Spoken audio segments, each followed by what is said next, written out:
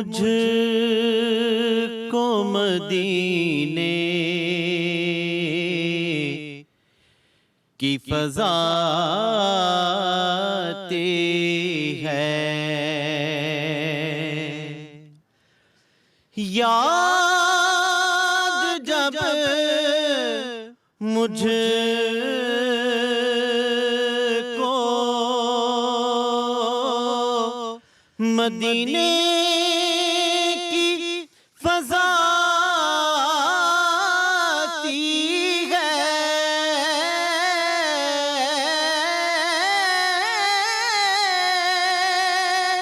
یاد جب مجھ کو مدینے کی فضا آتی ہے، سانس لیتا ہوں تو جنت کی ہوا آتی ہے، سانس لیتا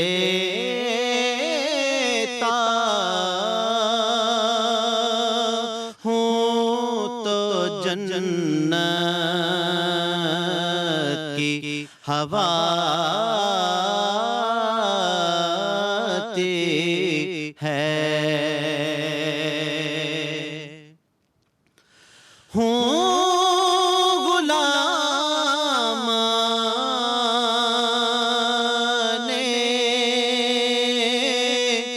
محمد کے غلاموں کا غلام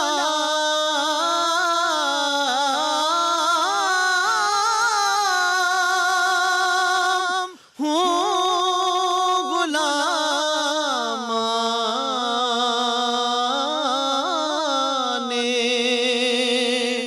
محمد کے غلاموں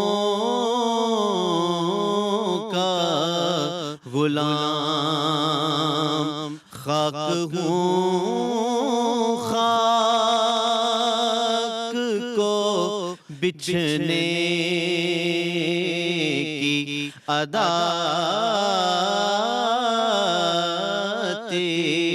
ہے، اور داغ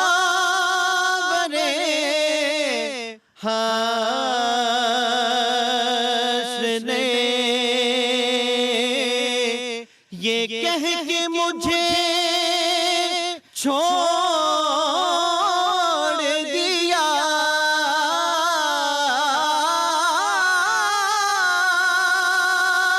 داور حشر نے یہ کہہ کے مجھے چھوڑ دیا کہ خوب تجھ کو میرے پیارے کی ثنا آتی۔ ماشاءاللہ ماشاءاللہ سبحان اللہ، محمد نوید اکرم بھائی بہت خوبصورت، بہت ہی زبردست، بہت مزہ آیا۔ نعت رسول مقبول نوید اکرم صاحب پیش کر رہے تھے آپ کے سامنے، اور ہم بھی کوشش کر رہے تھے کہ اس کا حصہ بنیں، اور یقینی طور پہ آپ بھی اپنے گھروں میں جہاں بھی موجود ہیں درود و سلام کی محفلیں بھی سجا رہے ہیں، درود و سلام کا اہتمام بھی کر رہے ہیں، استغفار کا سلسلہ بھی جاری ہے، اور اس کے ساتھ ساتھ خیر بھی بانٹ رہے ہیں، دوسروں کی خوشی کے لیے بھی کوشش کر رہے ہیں۔ خیر، آج کے خیر رمضان کو لے کر میں ہوں آپ کے ساتھ عمران حسن، اور میں ہوں ارملہ حسن۔ تیسرا عشرہ چل رہا ہے، کم دن رہ گئے ہیں رمضان المبارک کا اختتام ہونے میں، اور زیادہ سے زیادہ دعائیں مانگیں، اللہ تعالیٰ سے مغفرت کی دعا مانگیں، اور ہمیں بھی اپنی دعاؤں میں یاد رکھیں اس امید اور دعا کے ساتھ کہ آپ کا رمضان المبارک بہت اچھا گزر ہے۔ ہم آج کی بھی ٹرانسمیشن کا باقاعدہ طور پر بالکل، اور آج ہماری ٹرانسمیشن تھوڑی سی مختلف ہوگی۔ وقار احمد ملک صاحب ہمارے ساتھ اسٹوڈیوز میں موجود ہیں اور دیگر مہمانان بھی ہیں، لیکن آج ہمارے ساتھ جو سب سے اہم مہمان شخصیت ہیں وہ بالکل پروگرام کے اس ابتدائی حصے میں موجود ہیں، اور ہماری جو ٹیم ہے وہ اس وقت آج پھر ایک دفعہ آؤٹ ڈور ایک بہت زبردست جگہ پہ لوکیشن پہ موجود ہے، جہاں سے ہم کنیکٹ کرنے کی کوشش کریں گے، اور آج تھوڑا وہاں پہ خیر و برکت کا سلسلہ کیا ہے تھوڑا سا سرپرائز بھی رکھیں گے۔ दिखाएंगे, लेकिन आपको दिखाएंगे, जुड़े रहेंगे तो इंशाल्लाह आपको अच्छा लगेगा। तो जिस शख्सियत की मैं बात कर रहा हूँ उनके तारुफ से पहले हम थोड़ा सा जिस मौजू के ऊपर वो काम कर रही हैं उसका जिक्र हो जाए तो बेहतर है। गुरबत की हम अगर बात करें तो ये तकरीबन हर मुल्क और हर मुआशरे का एक मसला है, ताहम इसका ये हरगिज़ मतलब नहीं कि गुरबत को मुक़द्दर समझ लिया जाए और उसे कबूल कर लिया जाए और उसी पर इक्तफ़ा कर लिया जाए। हम अगर दीगर ममालिक की तरह पाकिस्तान की बात करते हैं तो यहाँ भी गरीब तबके की बड़ी तादाद मौजूद है और अफरा तफरी के इस दौर में गरीब और मजदूर आदमी की जो मुश्किलात हैं इसका एहसास करना बहुत ज़रूरी है और इसके लिए इक़दामात बहुत ज़रूरी हैं जिस पर हम अक्सर बात भी करते हैं। बिल्कुल, और शायद इसीलिए वज़ीर आज़म इमरान खान गुरबत में कमी के लिए एहसास प्रोग्राम उन्होंने शुरू किया। ये प्रोग्राम बेसिकली किसी मखसूस सूबे के लिए नहीं बल्कि पूरे मुल्क के लिए है, जिसका मकसद ये है कि गरीब और जो मजदूर तबका है उसको फोकस किया जाए, जिसे 2 वक्त की रोटी कमाने के लिए बहुत जद्दोजहद करनी पड़ती है, जान के लाले पड़े रहते हैं। इस वक्त वज़ीर आज़म की मुआविन खुसूसी बराए समाजी तहफ़्फ़ुज़ और एहसास प्रोग्राम की सरबराह डॉक्टर सानिया नश्तर हमारे साथ हैं और इस प्रोग्राम के हवाले से हम बात करेंगे कि कितने अहदाफ हासिल किए हैं, गरीब तबके की ज़िंदगी में क्या इससे इम्पैक्ट आया और गुरबत के खात्मे में कितनी मदद मिल रही है। बहुत शुक्रिया, डॉक्टर सानिया नश्तर हमारे साथ मौजूद हैं। ये चेयरपर्सन है एहसास कफालत प्रोग्राम की और नो डाउट हम बात करते हैं जब भी एहसास प्रोग्राम की तो ये मुल्की तारीख का सबसे बड़ा प्रोग्राम है और डॉक्टर सानिया नश्तर हुकूमत का भी ये फ्लैगशिप प्रोग्राम है जिसके ऊपर गवर्नमेंट ने अब तक सबसे ज्यादा पैसे लगाए हैं और सबसे ज्यादा फोकस किए हुए ये गवर्नमेंट, तो इसलिए सानिया साहिबा का बड़ा बिल्कुल। Doctor Sania thank you very much कि आप हमारी खैर रमज़ान ट्रांसमिशन का हिस्सा बनी। बहुत इंपॉर्टेंट प्रोग्राम है और हम बार बार इसकी तारीफ भी करते हैं कि गवर्नमेंट की जानिब से बड़ा अच्छा इनिशिएटिव लिया गया था। हम बेसिकली आगाज़ कन्वर्सेशन का यहीं से करेंगे कि एहसास प्रोग्राम के हवाले से इसमें कितने जो कह लें सब प्रोग्राम्स हैं जिनके तहत कितने मंसूबा पर काम किया जा रहा है और बेसिकली पर्पस जो इसका था कि गरीब का जो मुश्किलात हैं या गुरबत का खात्मा किया जाए वो आपने अहदाफ किस हद तक मुकम्मल किए हैं? सबसे पहले तो अपने प्रोग्राम में बुलाने का बहुत शुक्रिया। आपका जो ये सवाल है कि एहसास में कितने प्रोग्राम है तो आप उनको 3 कैटेगरीज में डिवाइड कर सकते हैं। सबसे पहले तो वो प्रोग्राम है जो कि मुल्क गिर हैं, नेशनल हैं, इन आउटरीच, जैसे कि एहसास कफालत प्रोग्राम है जिसके ज़रिए 2000 माहाना दिया जाता है, यकमुश्त 12,000 दिए जाते हैं 6 महीनों के। इसके अलावा और ये इंतहाई नादार ख़ानदानों के लिए होते हैं। फिर एहसास अंडर ग्रेजुएट स्कॉलरशिप है जो हर साल 50,000 स्टूडेंट्स को दिया जाता है, मेरिट और ज़रूरत की बुनियाद पे 4 साल का प्रोग्राम है। इसके अलावा एहसास के तालीमी वज़ाइफ हैं जो प्राइमरी स्कूल के बच्चों को दिए जाते हैं, जो हकदार फैमिलीज़ हैं उनकी प्राइमरी स्कूल के बच्चियों को ज़्यादा और लड़कों को थोड़ा कम से माही वजीफ़ा दिया जाता है। हाल ही में ये फैसला हुआ है कि इसको हम सेकेंडरी स्कूलों में भी जुलाई से शुरू करेंगे। इसके अलावा हमारा इमरजेंसी कैश का एक प्रोग्राम है जो जब खुदा न खास्ता कोई आफत आए और जैसे आपने देखा कोविड में उसको हम उस पर अमल दरामद हमने किया था। और इसके अलावा एहसास बिला सूद कर्जे का प्रोग्राम है जो भी मुल्क गिर है। इससे हम कारोबारी बिलासूद कर्जे देते हैं 22 NGOs के ज़रिए पूरे मुल्क में और ये छोटे सतह के कारोबारी कर्जे होते हैं। तो ये और इसके अलावा हमारा एहसास पनागाह का प्रोग्राम है जो पूरे मुल्क में पनागाहें खोलनी जा रही हैं दिहाड़ीदार भाइयों के लिए। एहसास लंगर का प्रोग्राम है। तो ये तो कुछ ऐसे प्रोग्राम्स हैं जो पूरे मुल्क में चलते हैं क्योंकि इसके अलावा दूसरी कैटेगरी में वो प्रोग्राम्स हैं जो कि मखसूस इस वक्त मखसूस अज़ला में हैं और तेज़ी से उनका दायरे कार को बढ़ाया जा रहा है। इसमें सबसे पहले तो एहसास नशोनुमा है जो स्टंटिंग की रोकथाम से मुतल्लिक प्रोग्राम है जिसमें हामला ख़वातीन और 2 साल के कम बच्चों को जो कि हकदार घरानों से होते हैं उनको मखसूस ग़िज़ा और साथ कैश दिया जाता है। लड़कियों के लिए ज़्यादा, लड़कों के लिए कदरे कम से माही बुनियाद पे। इसके अलावा एहसास आमदन का प्रोग्राम है जो कि मखसूस अज़ला में छोटी सतह के कारोबारी असासे दिए जाते हैं जैसे कि माल मवेशी, दुकान का सामान, चिंची रिक्शा की बॉडी, वेल्डिंग का सामान वगैरह वगैरह।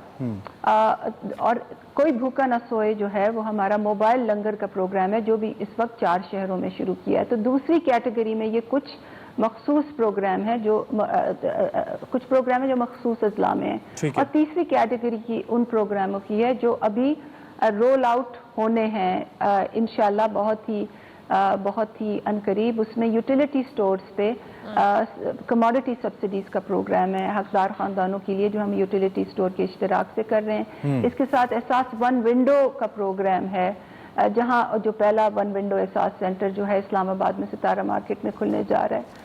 तो एहसास के दायरा कार में ये कुछ जो प्रोग्राम मैंने बताए, कुछ ये प्रोग्राम है, कुछ फिर पॉलिसी इनिशिएटिव्स हैं जो कि लोगों को जो लोग जिंदगी की दौड़ में पीछे रह जाते हैं उनको ऊपर लाने की से ठीक है। अच्छा, इसमें डॉक्टर साहबा जो आपने हमें डिवीजन इनिशियली बताई है वो दो चीज़ों के बीच है, जो मुझे समझ आई है, correct me if I am wrong. एक आपने कहा कि प्रोग्राम्स के अंदर जो मेजर हिस्सा है वो कर्ज़ों का है और दूसरा इमदाद का है, जो मैं समझ पाया हूँ। तो आपका एहसास प्रोग्राम के इस अम्ब्रेला के नीचे ज़्यादा फोकस किस पे है? क्योंकि इमदाद डेफिनेटली उस तबके को चाहिए जो गुर्बत से नीचे है, और कर्ज़े उस हमारी यूथ को चाहिए जिसकी तादाद 60-65% से ज़्यादा है पाकिस्तान में। तो क्या एहसास पैरेलल इन दोनों को लेके चल रहा है, चूँकि बहुत बड़ी अमाउंट है और बहुत बड़ी तादाद भी है दोनों तरफ? देखिए जी, जो इमदाद का प्रोग्राम है जिसमें कफ़ालत है, जिसमें नशो नुमा है, जिसमें तालीमी वज़ाइफ हैं, जिसमें अंडर ग्रेजुएट स्कॉलरशिप्स हैं, जो इमदाद के मद में जो एहसास के प्रोग्राम्स हैं उनका दायरा कार बहुत बड़ा है। कर्ज़ों की मद में हम छोटे सतह के कर्जे देते हैं, और जो बड़े सतह के कर्जे हैं वो हुकूमती निज़ाम में कामयाब जवान के ज़रिए दिए जाते हैं। तो हमारे कर्जे जो होते हैं वो छोटे होते हैं, मगर अगर आप इसको इस तरह देखें कि इमदाद के कुछ प्रोग्राम्स इमदाद पे फोकस्ड हैं और कुछ प्रोग्राम्स जो हैं वो लोगों को अपने पैरों पे खड़ा होने के लिए चलाए जा रहे हैं, जिसमें बिला सूद कर्जा और आमदन के प्रोग्राम शामिल हैं। इसके अलावा हमारी केयर सर्विसेज हैं, यतीम खाने चलते हैं, लंगर चलते हैं, पनाह गाहें चलती हैं। तो ये डिफरेंट लोगों के लिए डिफरेंट किस्म के प्रोग्राम इस वक्त हम चला रहे हैं। डॉक्टर साहब, इससे पहले कि हम ओवरसीज़ पाकिस्तानीज़ और रोशन डिजिटल अकाउंट एक बड़ा अहम एक इनिशिएटिव है जिससे हमारी रेमिटेंसेस में इजाफा भी हुआ है, बट उसकी तरफ जाने से पहले मेरा एक बड़ा की क्वेश्चन है। आपको अगर याद हो तो पहले भी एक इंटरव्यू में मेरी आपसे इस हवाले से बात हुई थी, और वो था जो 18वीं तरमीम के बाद सेहत का या तालीम का शोबा है, ये हर सूबे के पास अपना अपना है और हर सूबे के पास अपना अकाउंट है, और जो एहसास प्रोग्राम है ये प्योरली विफाक का प्रोग्राम है। तो इसमें जो रिसोर्सेज की तकसीम है ये आप लोग कैसे कर रहे हैं, और क्या इसमें आपकी कोऑर्डिनेशन मुकम्मल तौर पे, चाहे हुकूमत किसी भी पार्टी की हो, हुकूमत विफाकी हुकूमत की कोऑर्डिनेशन मौजूद है सभी सूबों के साथ? जी, सबसे पहले तो एहसास जो है वो सब सूबों के साथ काम करता है। आज सुबह ही मैंने एक बड़ी तफसीली बलूचिस्तान के तमाम डीसीज के साथ मेरी वीडियो कॉल थी, तमाम डीसीज को ब्रीफिंग दी, उनके मसाइल सुने। तो हम हर सूबे के साथ इंगेज करते हैं, और आपने और एहसास बिल्कुल एक गैर सियासी प्रोग्राम है। आपने देखा होगा कि कोविड के ज़माने में जब हमने एहसास इमरजेंसी कैश दी थी तो उसका सबसे ज़्यादा हिस्सा जो था वो सिंध प्रोविंस को गया था। सिंध की आबादी तकरीबन 21% है, मगर उनको जो और इस पर एक पूरी बाकायदा रिपोर्ट शाया हुई है जो मैंने खुद ऑथर की है, मगर उनका जो एहसास इमरजेंसी कैश का हिस्सा था वो 33% था, और उसकी बाकायदा वज़ीर आज़म ने मंजूरी दी, काबीना ने मंजूरी दी। तो पहली तो बात मैं ये वजाहत करना चाहती हूँ कि ये बिल्कुल लोगों की ज़रूरत पे मुनहसर है, चाहे वो उनका ताल्लुक किसी भी सूबे से हो, किसी भी मजहब से हो, ये मर्द हो, वो औरत हो, वो खसूसी अफराद हों, ट्रांसजेंडर हों, ये इसका बिल्कुल इसमें कोई डिस्क्रिमिनेशन नहीं होती, नंबर एक। नंबर दो, जो आपने 18वीं तरमीम के बाद जो आपने फरमाया कि सेहत का शोबा, एजुकेशन का शोबा डिवॉल्व्ड सब्जेक्ट्स हैं, तो हमारी जब उनके साथ कोई ऐसा प्रोग्राम होता है जब हमें उनकी मावनत चाहिए होती है तो हम उनकी पूरी तरह से उनके साथ कोलैबोरेशन करते हैं। एहसास नशो नुमा जो है, जिस स्टंटिंग से रोकथाम के लिए हमने नशो नुमा सेंटर्स खोले हैं, वो चारों प्रोविंसेस और फेडरेटिंग यूनिट्स के हस्पतालों में खोले हैं। और उनके साथ हमारे MOUs हैं उनकी गवर्नमेंट्स के, ये नशो नुमा सेंटर्स चलाने के, नंबर एक।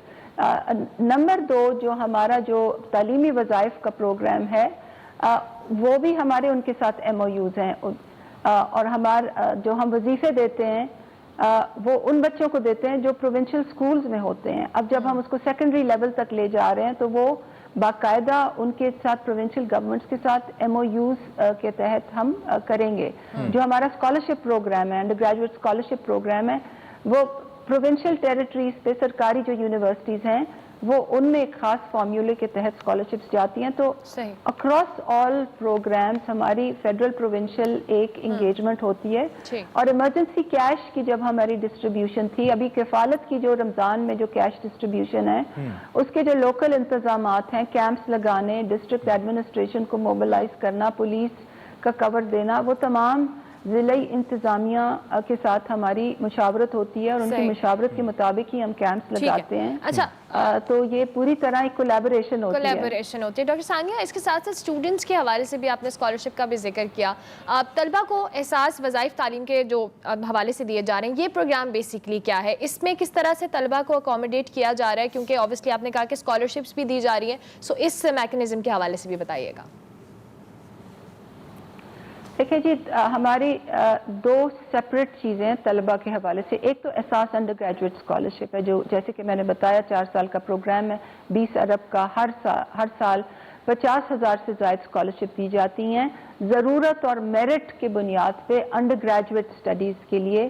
یہ جو ہے ملک کی تمام پبلک سیکٹر یونیورسٹیز میں یہ اسکالرشپ دی جاتی ہیں, اور ہر طلبہ اور طالب علم کو ٹیوشن فی بھی کور ہوتی ہے اور لیونگ ایکسپینسز کے لیے بھی وظیفہ دیا جاتا ہے. 50% لڑکوں کے لیے ہوتی ہے, اسٹرکٹلی 50% یہ لڑکیوں کے لیے ہوتی ہے.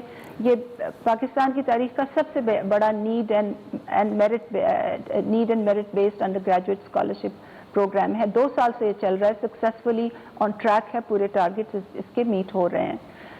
یہ تو ایک احساس کے دائرہ کار میں ایجوکیشن سے متعلق پروگرام ہے. دوسرا جو ہے وہ تعلیمی وظائف کا پروگرام ہے, اور یہ تعلیمی وظائف کا پروگرام جو ہے یہ پچھلے کوئی 8 سال سے چل رہا تھا, مگر یہ مخصوص اضلاع میں تھا اور اس میں بدعنوانی کی شرح بہت زیادہ تھی کیونکہ یہ کافی حد تک پیپر بیسڈ تھا. تو ہم نے نمبر 1 اس کو اینڈ ٹو اینڈ ڈیجیٹل اس کے پروسیس کو کیا ہے. نمبر 2 این جی اوز کو ٹھیکے دینے کے بجائے اپنی کیپیسٹی بڑھائیے, اپنے لوگ ہائر کیے ہیں, موٹر سائیکلیں ہائر کی ہیں, اپنا انفراسٹرکچر بنایا ہے, اور اس کو ہم مخصوص اضلاع سے پورے ملک میں اس کو ہم نے پھیلا دیا ہے. اور اس میں ہم نے جو لڑکوں لڑکیوں کے وظیفے ہیں ان کو ڈبل کر دیا ہے نمبر 1, اور لڑکیوں کے وظیفے کو ہم نے زیادہ کر دیا ہے. تو لڑکیوں کو زیادہ وظیفہ ملتا ہے, لڑکوں کو کم وظیفہ ملتا ہے, اور اس کو نیشن وائڈ ہم نے کر دیا نمبر 1. یہ پرائمری وظائف کا ایک کنڈیشنل کیش ٹرانسفر پروگرام ہے, اور اب ہمارے بورڈ نے یہ فیصلہ کیا ہے کہ جولائی سے اس کو ہم سیکنڈری لیول پہ بھی نیشن وائڈ اس کی ہم امپلیمنٹیشن کریں گے. تو یہ ہمارے 3 قسم کے ایجوکیشن سے ریلیٹڈ پروگرامز. اگر میں صحت کا بھی آپ کو بتا دوں تو صحت کا احساس کی باسکٹ میں ایک تو احساس نشو نما ہے, اور پھر ایک نیا پروگرام آ رہا ہے جس کا نام احساس تحفظ ہے.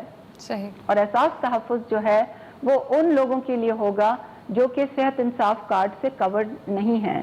تو اگر وہ کوئی پبلک سیکٹر ہاسپٹل ہے جہاں صحت انصاف کارڈ امپینلڈ نہیں ہے تو لوگ وہاں سے احساس پروگرام سے اسسٹنس لے سکیں گے, اور انشاءاللہ اس کا پائلٹ ہولی فیملی ہاسپٹل میں 6 ماہ سے چل رہا ہے. ٹھیک ہے. ڈاکٹر صاحبہ یہ بھی آپ سے پوچھنا چاہیں گے, پاکستان میں اس سے پہلے بھی جب حکومتیں آتی ہیں تو قرضے دیے جاتے ہیں اور بہت ساری اسکیمز ہم نے اس سے پہلے بھی دیکھی, لیکن مسئلہ یہ ہوتا ہے کہ ایک تو آپ نے جیسا کہ کہا کہ ہمارے گولز میٹ ہو رہے ہیں, تو میں وہ میکینزم آپ سے جاننا چاہوں گا کہ آپ کے سپروائزیشن کے اندر, آپ جس کو سپروائز کر رہی ہیں, اس کے اندر کیا میکینزم ہے جس سے ہمیں یہ پتہ چلے کہ ہم کتنے گولز اچیو کر رہے ہیں, نمبر 1. نمبر 2 یہ ہے کہ یہ بہت بڑا چونکہ پروگرام ہے اور پاکستان کو آلریڈی بہت ساری جن چیزوں پہ گورنمنٹ آف پاکستان سبسڈیز دے رہی ہے, ہمیں بہت سارے انٹرنیشنل فائنینشیل انسٹیٹیوشنز کی طرف سے بڑے پریشرز کا سامنا ہے کہ ہم پیسے نہیں دے پا رہے, جیسے کہ یوٹیلیٹی سٹورز کا آپ نے ذکر کیا, بہت سارے مسائل ہیں پاکستان کے لیے. تو کیا اس کے لیے ہمارے پاس انف فنڈز ہیں جو گورنمنٹ آف پاکستان اس کو لے کے چل رہی ہے؟ دونوں چیزیں ذرا کلیئر کیجیے گا پلیز. جی, سب سے پہلے تو آپ نے گولز کی بات کی کہ گولز کیسے میٹ ہو رہے ہیں. غالباً آپ یہ پوچھنا چاہ رہے ہیں کہ کیونکہ یہ بڑا ایمبیشس پروگرام ہے, احساس کے نیچے ڈفرنٹ بہت سے پروگرامیٹک سٹرینڈز ہیں, تو کیسے اس پہ عمل درآمد ہو رہا ہے. تو ہم پروگرامز کی تشکیل کے بعد, ان کے رول آؤٹ کے بعد عمل درآمد پہ خاص نظر رکھتے ہیں. ہم نے احساس کی جو منسٹری ہے, جو پاورٹی ایلیویشن ڈویژن ہے, اس میں ایک ڈیلیوری یونٹ بنایا ہوا ہے. ہر گولز پروگرامز کو ہم ٹریک کرتے ہیں, پیریوڈک بیسس پہ ٹریک کرتے ہیں. کچھ گولز کے ہمارے प्राइम मिनिस्टर के जो अग्रीमेंट्स जो सब मिनिस्ट्रीज के साथ हुए हैं, कुछ हमारे गोल्स और टारगेट्स उसमें पैक्ड हैं, उसके अलावा भी काफ़ी गोल्स एंड टारगेट्स हैं। तो हमारा एक मैकेनिज्म है उनको ट्रैक करने का, फिर रिमीडियल एक्शन का भी एक मैकेनिज्म है। तो नंबर 1। दूसरा, आपने जो रिसोर्सेज की बात की, तो रिसोर्सेज तो हमारी जो प्रेजेंट गवर्नमेंट है, समाजी तहफ़्फ़ुज़ उसका एक अवलीन प्रायोरिटी है। और जब भी बजट बनता है तो समाजी तहफ़्फ़ुज़ के फंड्स को प्रोटेक्ट किया जाता है।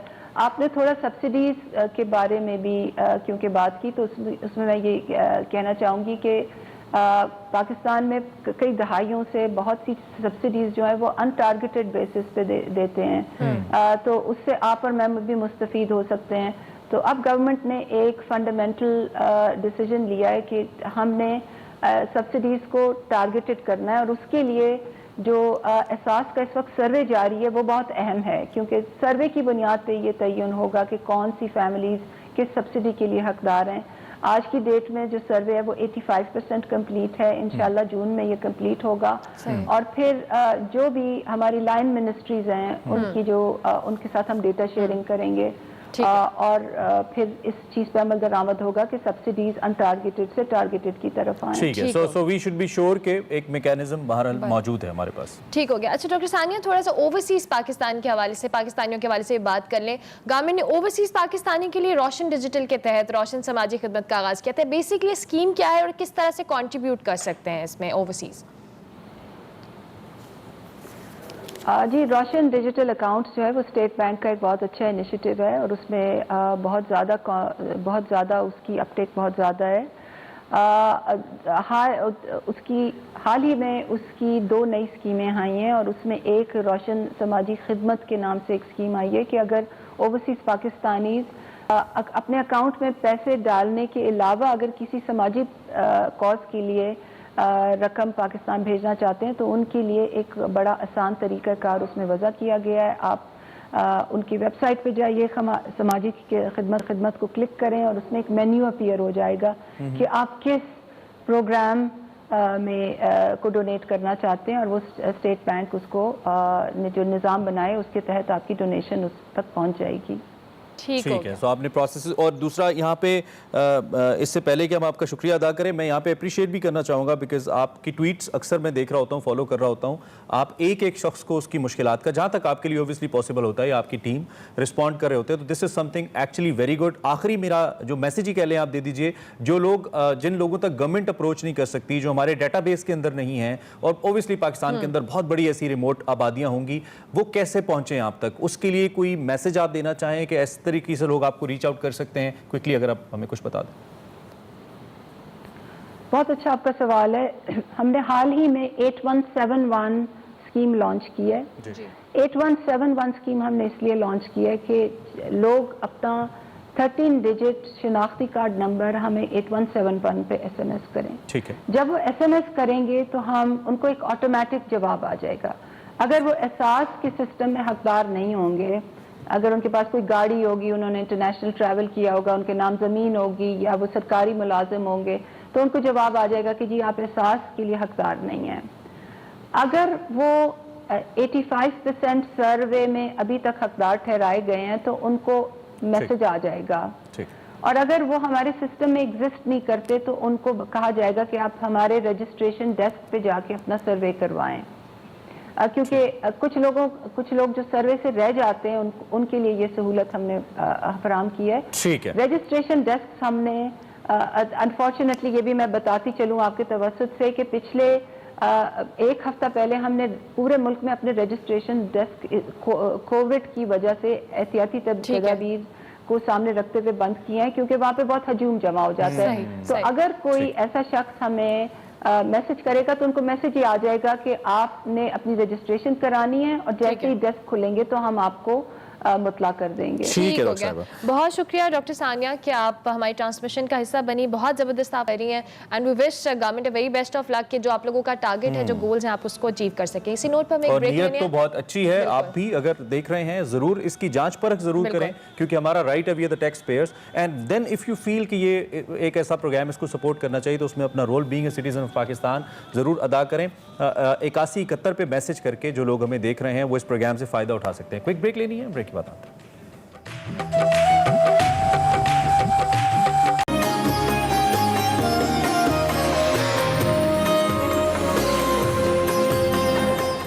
ایکسپریسو خیر رمضان میں آپ کو ایک بار پھر سے خوش آمدید. امید ہے کہ آپ ہمارا یہ ساتھ بہت اچھے طریقے سے گزار رہے ہیں. وقار احمد ملک صاحب چونکہ ہمارے ساتھ موجود ہیں, ہم نے نکلے تیری تلاش میں کی جانب جانا ہے, جو آپ کو معلوم ہے ایک سلسلہ ہمارا چل رہا ہے. آج اس سلسلے کا شاید چھٹا پروگرام ہے وقار بھائی, لیکن میں چاہتا ہوں کہ ذرا دیکھنے والوں کو یہ جو آج کا حصہ ہے, کیونکہ فیڈ بیک بڑا زبردست آ رہا ہے اور لوگ بہت زیادہ اس سفر کو آپ کے ساتھ ساتھ محظوظ ہو رہے ہیں, اس سے ذرا اس کے بارے میں بتائیے آپ کا تجربہ کیسا جا رہا ہے. یہ جو تھا, یہ کتاب جو ہے یہ عادی تو ہے مختلف مدینہ میں اور مکہ میں مختلف جگہیں جو کم لوگ جانتے ہیں, بہت سارے ایسے کنویں ہیں جو کہ جنرلی لوگ نہیں جانتے. یہ بنیادی طور پہ تو آدھی کتاب تو وہ ہے. باقی آدھی کتاب میں وہ غار حرا میں جا کے پہنچتے ہیں اور پھر پوری رات جو ہے وہ وہاں گزارتے ہیں. تو ایکچولی اس وقت جو آج کی یہ جو ایپیسوڈ ہے یہ وہ غار حرا میں پہنچ جاتے ہیں, اور اس میں بیسک سوال یہ ہے کہ یہ آپ نے خواب کیسے دیکھا, غار حرا میں رات گزارنے والا آپ نے خواب کیسے دیکھا. تو یہ بہت ہی خوبصورت, یعنی ایک بہت, اور پھر پوری رات کی کشمکش, غار حرا میں وہ پوری رات گزارتے ہیں, صبح تک گزارتے ہیں. وہاں بہت انٹرسٹنگ کریکٹرز ہیں جو کہ غار حرا کے انٹرسٹنگ جو لوگ بیٹھے ہوئے ہیں, اس میں پاکستانی بھی ہیں, مختلف لوگ ہیں, لیکن جب یہ رات کو جاتے ہیں تو وہاں پہ چند دو کوئی مختلف دکانیں کچھ اس طرح کے لوگ رہ جاتے ہیں. ادروائز یہ پوری رات اکیلی وہاں پہ گزارتے ہیں, وہ نفل پڑھتے رہتے ہیں, اور صبح سویرے ان کو سرپرائز, یعنی جو نیچے سے لوگ جاتے ہیں نا غار حرا میں وزٹ کے لیے, تو ان کے لیے ایک بہت بڑا سرپرائز ہوتا ہے کہ وہاں پہ ایک بندہ جو ہے وہ بیٹھا ہوا ہے اکیلا. اور پھر آپ یقین کریں کہ وہ ایسے زائرین تھے جو کہ ان کے ہاتھ چومتے تھے, اور پھر انہوں نے کیمرے سے فلمیں بنائیں اور مختلف. یہ کتنا بڑا ایک جو زائرین جا رہے ہیں, ہمارے آپ جیسا ایک شخص جاتا ہے, کتنا بڑا ایک روحانی تجربہ یہ ہو سکتا ہے آپ کے خیال میں؟ آپ نے کتنا سیکھا ہے اس جرنی سے جو آپ تارڑ صاحب کے ساتھ کر رہے ہیں, کتنا ضروری ہے وہاں؟ دیکھیں غار حرا ہے نا, غار حرا میں ایک دنیا جاتی ہے. اب وہاں پہ مختلف لوگ, یعنی کسی بھی جگہ پہ آپ اس کو کہہ لیں گے, مسجد نبوی میں بھی ایک دنیا جاتی ہے. کس علمی پس منظر کے ساتھ آپ جا رہے ہیں یہ بہت میٹر کرتا ہے. اگر آپ کے پاس پوری ایک ہسٹری, پورا نالج, رسول پاک کی پوری زندگی, دن رات, یہ تمام چیزیں اگر آپ کے دماغ میں ہیں تو وہی بہتر طور پہ سمجھ پائیں, وہ پتھر بولتے ہیں. ٹھیک ہے, مزید ہم کیوریوسٹی نہیں رکھتے اس وقت, ہمارے پاس اگلا حصہ ہے, چھٹا حصہ ہے غار حرا میں ایک رات مستنصر حسین تارڑ صاحب نکلے تیری تلاش میں. دیکھتے ہیں.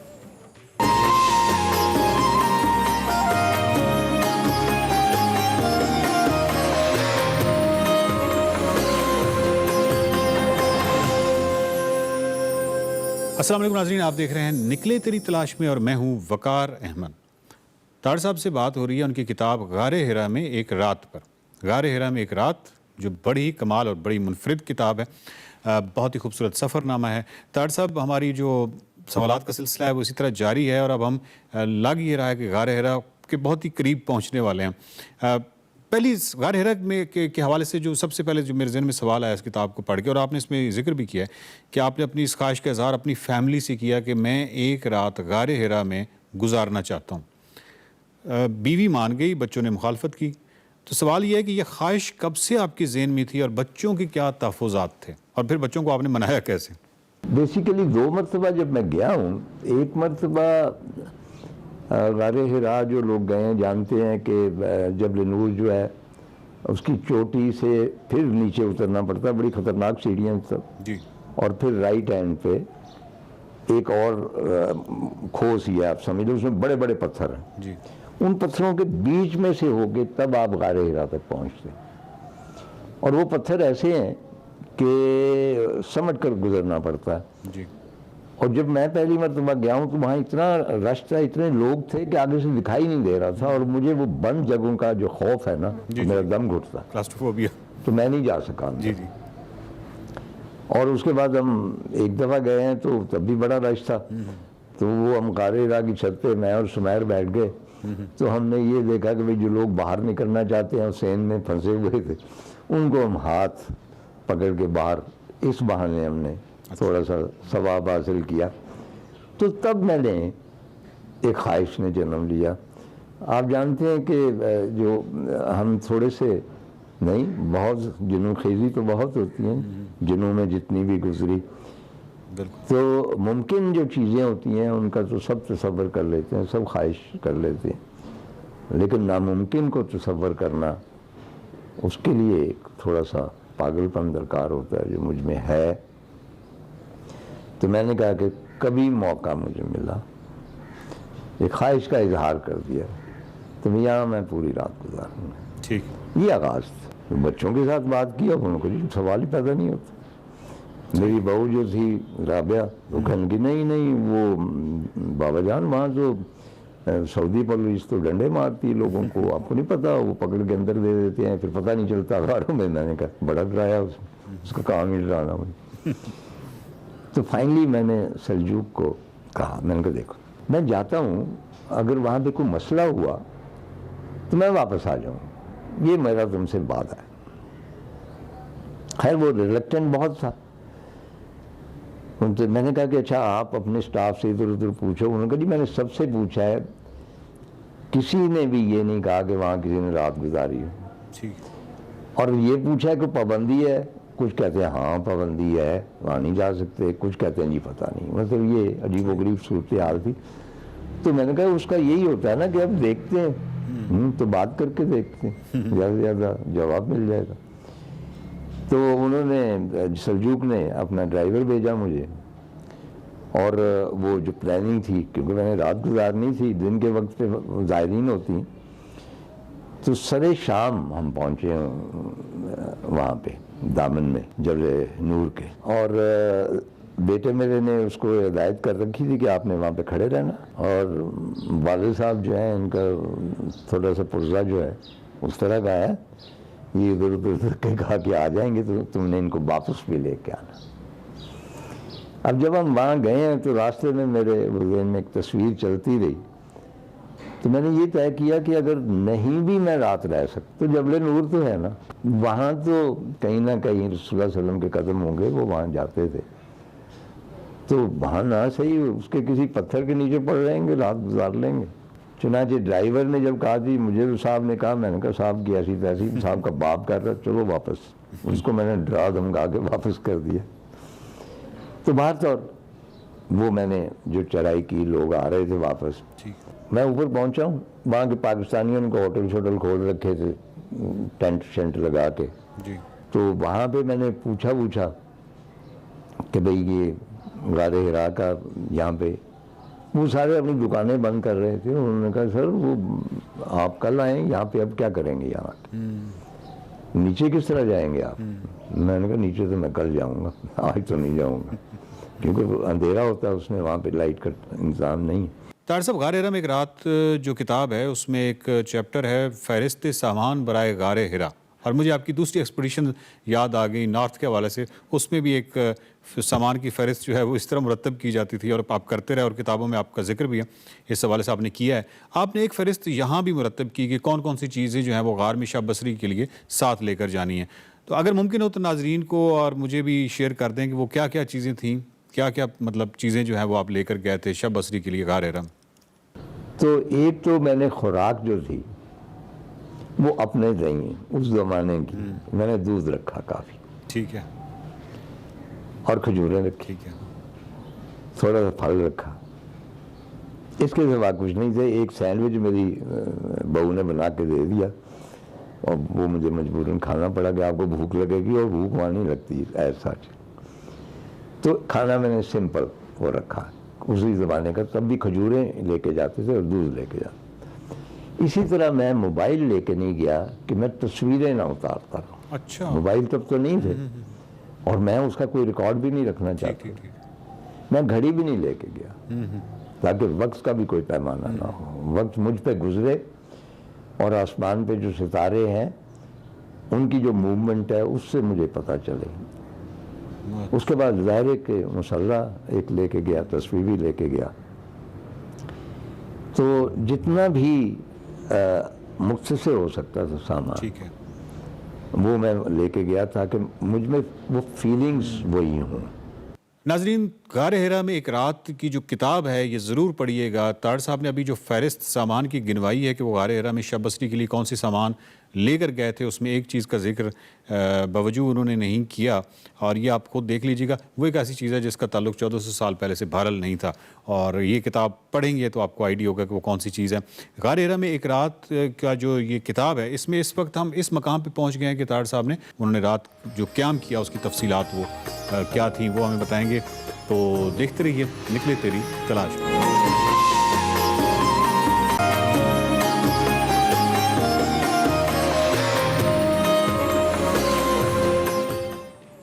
एक्सप्रेसो खैर रमज़ान में आपको खुशामदीद।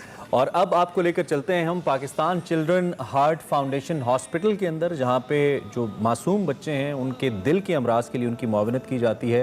ये एक ऐसा इदारा है जो कि बहुत सारे बच्चों का इलाज कर चुका है, बहुत सारे बच्चों का इलाज कर रहा है, और एक इंस्पिरेशनल इदारा है। इसके जो रूह रवां हैं हमारे एक्सप्रेसो में पहले भी तशरीफ़ लाए थे, बड़ी डिटेल में हम उनसे बात हुई थी, लेकिन आज हमारी टीम वहाँ पर मौजूद है, हिना न्याजी हैं वहाँ पर। उनसे ज़रा पूछते हैं कि वो वहाँ पर क्या देख रही हैं, किस तरीके से बच्चों का इलाज किया जाता है, ओवरऑल ज़रा ऑपरेशन आज आपको इस इदारे के दिखाते हैं। So over to you Hina. शुक्रिया अरमल और इमरान। अस्सलाम वालेकुम नाजरीन, आज मैं पाकिस्तान चिल्ड्रन हार्ट फाउंडेशन में मौजूद हूँ। ये एक ऐसा इदारा है जो उन बच्चों के लिए काम कर रहा है जो पैदाइशी तौर पर दिल के आर्ज़े में मुब्तला होते हैं। और ये इदारा किस तरह से काम करता है, चूँकि रमज़ान का महीना है, लोग ज़कात व एहतियात दिल खोल कर देते हैं। यहाँ इस इदारे के CEO इस वक्त फरहान अहमद साहब हमारे साथ मौजूद हैं, प्रोफेसर मसूद सादिक साहब हमारे साथ मौजूद हैं, हेड मेडिकल एडवाइजरी बोर्ड हैं, अमारा अवैस साहिबा ने हमें ज्वाइन किया है जो board member and director student affairs university of Lahore हैं। सबसे पहले मैं फरहान साहब की तरफ आऊंगी और उनसे पूछूंगी, फरहान साहब आप पाकिस्तान चिल्ड्रन हार्ट फाउंडेशन के साथ कैसे जुड़े? जी बिस्मिल्लाहिर्रहमानिर्रहीम, शुक्रिया आपका, आपने मौका दिया। 2010 में मेरी सबसे छोटी साहबजादी कंजेनिटल हार्ट डिजीज़ के साथ पैदा हुई। जब उनकी एज 3 मंथ की हुई तो सडनली उनका सांस रुक गया। अच्छा। तो तकरीबन हमें 2 हफ्ते की बड़ी तकलीफ से टाइम गुजारना पड़ा। तो फिर पता चला कि Ayesha is born with a very severe congenital heart disease. उसका दिल का एक चैम्बर पूरी तरह बना हुआ नहीं था, पर अल्लाह ने उसकी ज़िंदगी हमारे साथ रखी। वो एग्जैक्टली 2 साल 10 महीने और 3 दिन हमारे साथ रही। फिर अल्लाह ने उसको अपने पास बुला लिया। तो इस सारे टाइम में को 2 से ढाई साल ना वो चीज़ें समझ आई जो कि एक तो है कि जो बेचारे पैसे वाले नहीं हैं वो भी ख्वार हो रहे हैं, और जो पैसे वाले हैं उनके लिए भी क्वालिटी ट्रीटमेंट मिलना ये 2012 में बहुत मुश्किल था। तो फिर 2012 में अल्हम्दुलिल्लाह आयशा की ज़िंदगी में हमने इस फाउंडेशन का आगाज़ रखा। नाम इसका हमने Pakistan children heart foundation, because हम समझते हैं कि ये पाकिस्तान का इशू है और हमें एज ए कंट्री इस इशू से इंशाल्लाह इकट्ठे निकलना है इंशाल्लाह। फरहान साहब मुझे ये बताइएगा कि इस मंसूबे को शुरू करना कितना मुश्किल था, किन चैलेंजेस का सामना करना पड़ा आपको? अल्लाह का बड़ा फजल है जी। आप जिस मुल्क में हम रहते हैं ना, वहाँ हर कोई खैर का काम करना चाहता है और हर कोई खैर के काम में हिस्सा डालना चाहता है। तो आयशा की ज़िंदगी में जब सब पहला काम किया कि अल्हम्दुलिल्लाह मसूद सादिक साहब हमारे प्रोफेसर साहब हैं, यही आयशा के मालिज भी थे, इनसे पहले तो आइडिया डिस्कस किया। फिर आसिम जिन्होंने आयशा को सर्जरी की थी उनसे ही आइडिया डिस्कस किया। फिर अपने दोस्त अहबाब फैमिली उनसे ही आइडिया डिस्कस किया।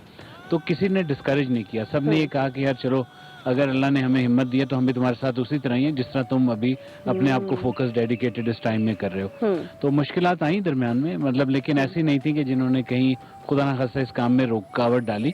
वो मुश्किलें आप समझ लें कि एक स्पीड ब्रेकर की तरह ही थी कि थोड़ा सा बंदा जब स्पीड ब्रेकर पर चढ़ता है तो मुश्किल होती है, लेकिन जब उतरता है तो स्पीड तेज हो जाती है। बिल्कुल ठीक हो गया। प्रोफेसर साहब की तरफ आऊंगी। प्रोफेसर साहब मुझे ये बताइएगा कि कंजेनिटल हार्ट डिजीज है क्या? देखिए बहुत शुक्रिया। पहले तो मैं भी चूंकि पहले दिन से इस कॉज के साथ मुंसलिक हूँ, इसलिए मुझे बहुत अच्छा लग रहा है। कंजेनिटल हार्ट डिजीज से कंजेनिटल का मतलब होता है पैदाइशी और हार्ट डिजीज का मतलब होता है पैदाइशी नुक्स। तो ये पैदाइशी दिल के नुक्स को हम कंजेनिटल हार्ट डिजीज कहते हैं। तो पूरी दुनिया में इसकी एक सर्टेन परसेंटेज है। आप यूं समझ लें कि अंदाजन हर 100 में से 1 बच्चा दिल की बीमारी के साथ पैदा होता है। तो माँ के पेट में दिल 8 हफ्ते पे मुकम्मल हो चुका होता है।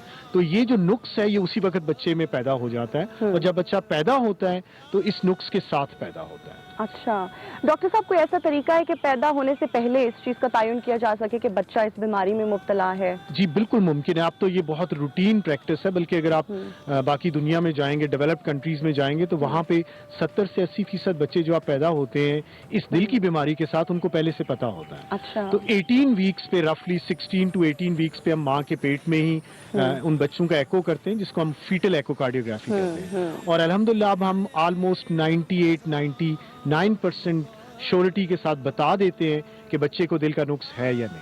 ठीक हो गया। डॉक्टर साहब मुझे ये बताइएगा कि सालाना कितने बच्चों का यहाँ इलाज होता है, कितने बच्चों की सर्जरीज होती हैं? देखिए, इसको मैं थोड़ा सा बड़ा कर लेता हूँ। पाकिस्तान में चूंकि हमारा तकरीबन 2% ग्रोथ रेट है और हमारी पॉपुलेशन 22 करोड़ के करीब है, तो रफली 40 से 50 हजार बच्चे इस बीमारी के साथ सालाना पाकिस्तान में पैदा होते हैं। और इनमें से तकरीबन हर तीसरे बच्चे को ऑपरेशन की जरूरत होती है। तो आप यूं समझ लें कि तकरीबन 12,000 से 15,000 बच्चों को ऑपरेशन की जरूरत है। लेकिन जो इस वक्त हमारी पूरे पाकिस्तान की कैपेसिटी है वो तकरीबन 5 से 6,000 सर्जरीज की है। अच्छा। पाकिस्तान चिल्ड्रन हार्ट फाउंडेशन अभी तक कोई 2500 के करीब बच्चों की फ्री सर्जरी करवा चुकी है माशाल्लाह। और इंशाल्लाह जब ये हॉस्पिटल बनेगा तो फरहान साहब आपको मजीद बताएंगे कि हम इंशाल्लाह हर साल 1000 से 1500 बच्चों की सर्जरी, और हम इनॉग्रेशन पर भी आएंगे जब नया हॉस्पिटल बनेगा जरूर। इंशाल्लाह। मैं हमारा साहिबा की तरफ आऊंगी, उनसे पूछूंगी कि आप पाकिस्तान चिल्ड्रन हार्ट फाउंडेशन के साथ किस तरह से जुड़ी, कब जुड़ी? अस्सलाम वालेकुम। है ना PCHF के साथ हमारा जर्नी जो है सिर्फ पिछले 5-6 साल का नहीं है। फरहान भाई के बेटी का जब ये मामला हुआ तो obviously we got to know about it.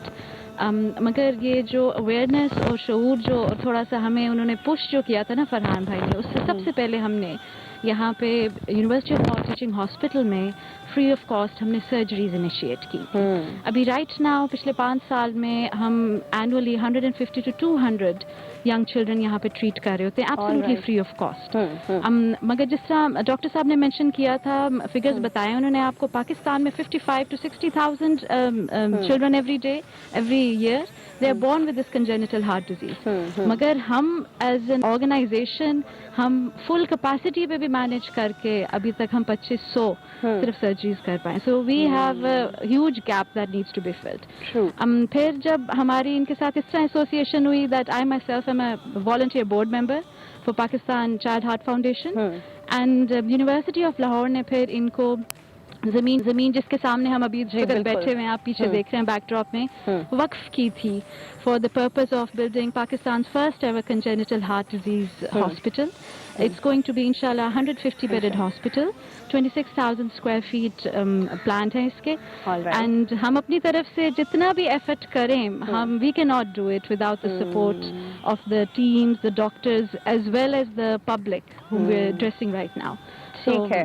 हमारा साहिबा जितने भी लोग इस वक्त आपको देख रहे हैं, क्या अपील करना चाहेंगी, क्या मैसेज देना चाहेंगी? देखिए, आप हमारे बाद मोस्ट प्रॉब्ली आप उन फैमिली से भी मिलेंगे who have been affected. Why I say families? Because it is not about just the child. सिर्फ बच्चे के एंड तक नहीं होता, ये पूरे फैमिली का इशू होता है। बिल्कुल एक बच्चा किसी घर में बीमार पैदा हो जाए, फैमिली के सारे डायनामिक्स तब्दील हो जाते हैं।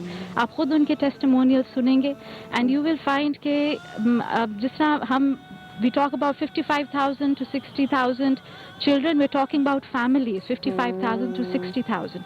So हमारा जो effort है collaboration में यूनिवर्सिटी का, हमारे हॉस्पिटल्स का, brilliant cardiac surgeons का with PCHF, वो ये है कि हम इन सारी सर्विसेज को यहाँ पे कंसोलिडेट करें एंड एक पर्पस बिल्ट इंफ्रास्ट्रक्चर वाला एक हॉस्पिटल बिल्ड करें for not just for these children, for the family. हाँ जी, हमारे पास पूरे पाकिस्तान से आ रहे होते हैं। डॉक्टर साहब भी मेंशन उन्होंने किया था कि हमारे पास आते हैं गिलगित बल्तिस्तान से, बलूचिस्तान से। सो in order for them to get the appropriate treatment, it has to be centralized in one hospital. बिल्कुल। फरहान साहब आपकी तरफ आऊंगी, मुझे ये बताइएगा कि बहुत सारे ऐसे लोग हैं, देखा जाता है कि जो बच्चों को दिखाकर ज़कात व अतियात मांगते हैं, आपका क्या टेक है इस पे, क्या कहना चाहेंगे? जी बस हम तो यही कहेंगे कि अल्लाह सबको हिदायत दें। हम बहरहाल एक ऐसा इदारा है जो ना सिर्फ बच्चे को दिखाते हैं बल्कि एग्जैक्टली उस बच्चे को जिसकी हार्ट की सर्जरी होती है जी, क्योंकि ये बना ही बच्चों की हार्ट की सर्जरी के लिए। We just not only show, हमारी कोशिश है कि इंशाल्लाह जो दिखाता है ना उसी पर ही स्पेंडिंग भी होती है। तो हमारे डोनर्स को अल्हम्दुलिल्लाह एक ऐसा प्रॉपर निज़ाम है कि उनका पैसा जिस بچے کی ٹریٹمنٹ پر لگتا ہے ان کو پوری رپورٹ ملتی ہے، اس میں بچے کی تصویر، ان کے پیرنٹس کی تصویر، ان کے پیرنٹس کا انٹرویو. تو وی آر ویری ٹرانسپیرنٹ ان دس، اور یہ ہماری پوری کوشش ہوتی ہے کہ ہم صرف وہ کریٹ نہ کریں، نہ ہی دکھائیں، جو ایکچوئل فیکٹس ہیں وہی بتائیں. ٹھیک ہو گیا. ڈاکٹر صاحب آپ کی طرف ایک بار پھر سے آؤں گی. مجھے یہ بتائیے گا کہ کیسے پتہ چلتا ہے کہ ایک بچہ جو ہے وہ دل کے عارضے میں مبتلا ہے؟ کیا علامات ہوتی ہیں، کیا سمٹمز ہوتی ہیں؟ دیکھیں اس میں بچے کی عمر پہ ڈیپینڈ کرتا ہے. اگر ایک نوزائیدہ بچہ ہے تو اگر بچہ ایک دم سے نیلا کالا ہوتا ہے، اس کا سانس اکھڑ جاتا ہے، اور خاص طور پر اگر ماں آپ کو کہتی ہے کہ جب میں اس کو دودھ پلاتی ہوں تو وہ بچے کو سانس چڑھتا ہے، بچہ سانس لے کے دودھ پیتا ہے، اور میں سارا دن بچے کو دودھ ہی پلاتی رہتی ہوں، بچے کو دودھ پلاتے ہوئے پسینہ آتا ہے، یا خدا نہ خواستہ بچے کو نیلا دورہ پڑتا ہے اور وہ بے ہوش ہو جاتا ہے، تو یہ وہ تمام علامات ہیں جو کہ ایک نوزائیدہ بچے میں یا 1 مہینے تک کے بچے میں آتی ہیں. جب بچے تھوڑے سے بڑے ہوتے ہیں تو اس میں سب سے اہم چیز یہ ہوتی ہے کہ اگر آپ ان بچوں کا سانس دیکھیں گے تو آپ کو لگے گا بچہ سانس تیز لے رہا ہے، اور ان بچوں میں بار بار چیسٹ انفیکشن ہوتی ہے، ان بچوں کی نشو و نما رک جاتی ہے، اور جب یہ بچے تھوڑے سے بڑے ہوتے ہیں تو پھر خدا نہ خواستہ بچے بے ہوش ہونا شروع ہو جاتے ہیں، ان کا رنگ بدلتا ہے، وہ نیلے کالے ہوتے ہیں، ان کو نیلے دورے پڑنا. ٹھیک ہے ناظرین، ہمارے ساتھ یہاں پہ ایک ایسی فیملی موجود ہے. ہاں میں وہی چاہ رہا تھا کہ جو فیملیز آپ کے ساتھ موجود ہیں، جی ان کے ساتھ ذرا آپ کر ہی رہی ہیں تو کنٹینیو کیجیے بات. طرف ہی آ رہی ہوں. جی جی جی جی جی جی بالکل.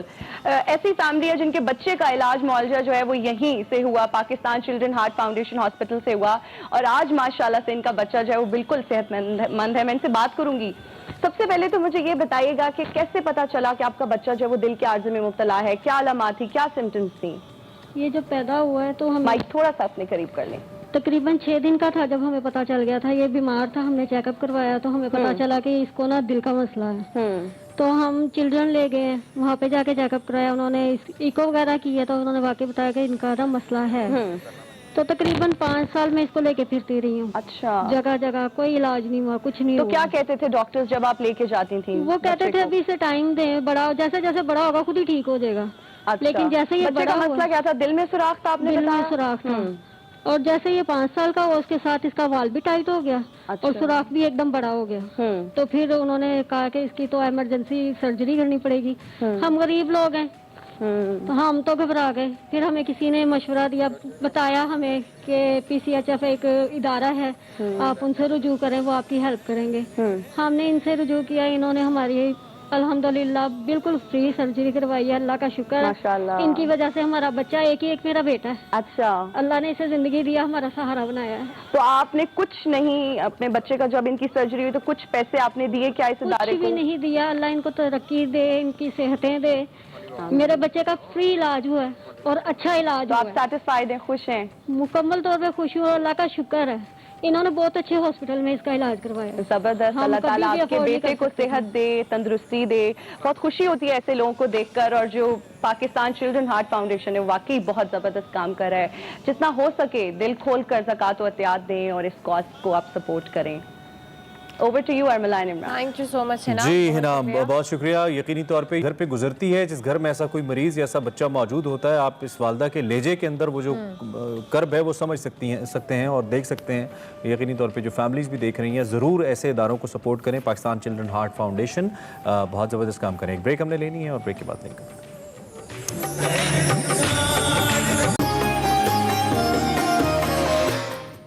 اور اب آپ کو لے کر چلتے ہیں اللہ والے ٹرسٹ، جہاں پہ فریال رانا موجود ہے جو کہ لاہور کی سب سے بڑی افطاری کا اہتمام کرتے ہیں آج کے دیسی فوڈ میں.